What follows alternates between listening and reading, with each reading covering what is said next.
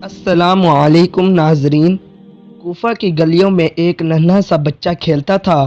کوئی سوچ بھی نہیں سکتا تھا کہ یہ بچہ آگے چل کر اسلام کا سب سے بڑا فقیہ اور امام بنے گا۔ یہ بچہ تھا نعمان بن ثابت، جنہیں دنیا امام اعظم ابو حنیفہ رحمۃ اللہ علیہ کے نام سے جانتی ہے۔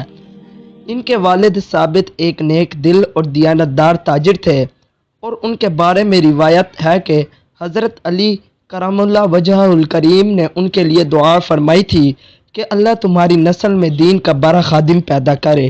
یہ دعا ہی امام ابو حنیفہ رحمۃ اللہ علیہ کی ولادت کا پیش خیمہ بنی۔ امام حنیفہ رحمۃ اللہ علیہ کے بچپن میں ہی ان کے والد نے انہیں تجارت میں لگا دیا۔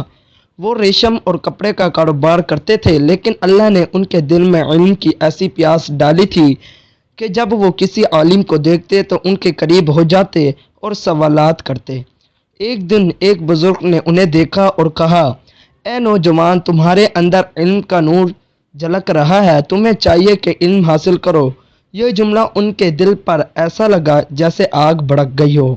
انہوں نے عزم کر لیا کہ اب زندگی علم کے لیے وقف کریں گے۔ انہوں نے کوفہ کے بڑے علماء سے تعلیم حاصل کی، قرآن، حدیث، فقہ، منطق، کلام، سب کچھ سیکھا، لیکن اصل فیض ان کے استاد امام حماد بن ابی سلمان کی صحبت سے ملا۔ وہ 18 سال تک اپنے استاد کی مجلس میں بیٹھتے، سوال کرتے، غور و فکر کرتے اور پھر مسائل کو قرآن و سنت کی روشنی میں حل کرنے کا فن سیکھتے۔ وہ اپنے ساتھیوں کے ساتھ ایک مسئلہ اٹھاتے اور پھر ہر پہلو سے اس کا جواب تلاش کرتے، یوں وہ فقہ کے امام بن گئے۔ امام حنیفہ رحمۃ اللہ علیہ کی شہرت پورے عالم اسلام میں پھیل گئی۔ لوگ دور دور سے آ کر ان سے مسائل پوچھتے، لیکن یہ شہرت حکمرانوں کے لیے ایک مسئلہ بن گئی۔ عباسی خلیفہ منصور نے چاہا کہ امام ابو حنیفہ رحمۃ اللہ علیہ کو قاضی القضاء یعنی چیف جسٹس بنایا جائے تاکہ وہ حکومت کے مطابق فیصلہ کریں، لیکن امام ابو حنیفہ رحمۃ اللہ علیہ نے صاف انکار کر دیا۔ خلیفہ نے کہا، کیوں انکار کرتے ہو؟ امام نے جواب دیا، میں اس منصب کا اہل نہیں ہوں۔ خلیفہ نے کہا، تم جھوٹ بولتے ہو۔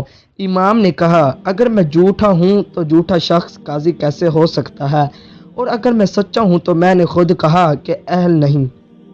یہ جواب سن کر خلیفہ آگ بگولا ہو گیا اور حکم دیا کہ امام ابو حنیفہ رحمۃ اللہ علیہ کو قید کر دیا جائے۔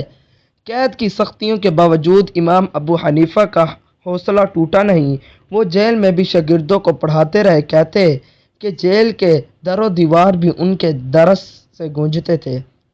آخرکار ان پر اتنا ظلم ہوا کہ انہیں زہر دیا گیا۔ بغداد کی قید میں 150 ہجری میں ان کی روح پرواز کر گئی، لیکن جب ان کی وفات کی خبر پھیلی تو بغداد کی گلیاں بھر گئیں، لاکھوں لوگ ان کے جنازے میں شریک ہوئے۔ کہا جاتا ہے کہ کئی دنوں تک بار بار ان کی غائبانہ نماز جنازہ پڑھائی جاتی رہی۔ امام ابو حنیفہ رحمۃ اللہ علیہ کی زندگی کا ایک اور پہلو ان کی دیانتداری تھی۔ ایک دفعہ انہوں نے اپنے شاگرد کو ایک کپڑا بیچنے کے لیے اور کہا کہ اس کا عیب بتا دینا، لیکن شاگرد بھول گیا اور کپڑا بیچ دیا۔ جب امام کو پتہ چلا تو انہوں نے پوری قیمت صدقہ کر دی تاکہ خریدار پر ظلم نہ ہو۔ یہ ان کا تقویٰ اور انصاف تھا کہ کوئی معمولی سی بات بھی اللہ کی نظر میں چھپانا نہیں چاہتے تھے۔ ان کی مجلسیں نور سے بڑی ہوتی۔ شاگردوں میں قاضی ابو یوسف اور امام محمد بن حسن جیسے بڑے نام شامل تھے، جنہوں نے آگے چل کر فقہ حنفی کو مدون کیا۔ امام ابو حنیفہ رحمۃ اللہ علیہ کی سوچ یہ تھی کہ دین آسان ہے، اس لیے فقہ کو بھی آسان ہونا چاہیے تاکہ عام مسلمان عمل کر سکے۔ اسی وجہ سے ان کی فقہ آج دنیا کے کروڑوں مسلمانوں کی رہنمائی کر رہی ہے۔ ان کی زندگی ہمیں یہ سکھاتی ہے کہ دنیا کے عہدے، مال اور طاقت وقتی ہیں، اصل کامیابی یہ ہے کہ انسان حق پر قائم رہے۔ امام ابو حنیفہ رحمۃ اللہ علیہ نے اپنی پوری زندگی علم کے لیے، دین کے لیے اور سچائی کے لیے وقف کی۔ وہ قید سہ گئے، زہر جیل گئے، لیکن دین کے اصولوں پر سودے بازی نہیں کی۔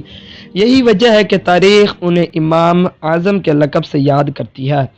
یہ واقعہ ہمیں بتاتا ہے کہ علم کے ساتھ کردار، دیانت، قربانی اور استقامت ہو تو انسان صدیوں تک زندہ رہتا ہے۔ امام ابو حنیفہ رحمۃ اللہ علیہ کی کہانی صرف ایک عالم کی نہیں بلکہ حق اور سچائی پر ڈٹ جانے والے انسان کی کہانی ہے جو قیامت تک مسلمانوں کے لیے مشعل راہ ہے۔ امام اعظم ابو حنیفہ رحمۃ اللہ علیہ کی وفات کے بعد ان کے شاگردوں اور چاہنے والوں نے ان کی تعلیم کو ایسا زندہ رکھا کہ صدیوں تک وہ علم باقی رہا۔ کہا جاتا ہے کہ جب ان کے جنازے کے بعد لوگ واپس جانے لگے تو ایک بزرگ نے روتے ہوئے کہا، اے امام ابو حنیفہ رحمۃ اللہ علیہ، تم دنیا سے تو چلے گئے لیکن تمہارا علم، تمہاری روشنی قیامت تک باقی رہے گی۔ اسی لمحے ایک نوجوان شاگرد قاضی ابو یوسف رحمۃ اللہ علیہ نے بلند آواز میں کہا، اگر آج ہمارے امام نہ ہوتے تو ہم اندھیروں میں بھٹکتے رہتے۔ پھر اس نوجوان نے اپنی زندگی کا مقصد یہی بنا لیا کہ اپنے استاد کی فقہ کو ہر جگہ پہنچائے۔ یہ وہی قاضی ابو یوسف رحمۃ اللہ علیہ تھے جو بعد میں خلیفہ ہارون راشد کے دور میں قاضی القضاء بنے اور ہر دربار میں امام ابو حنیفہ رحمۃ اللہ علیہ کا علم گونجنے لگا۔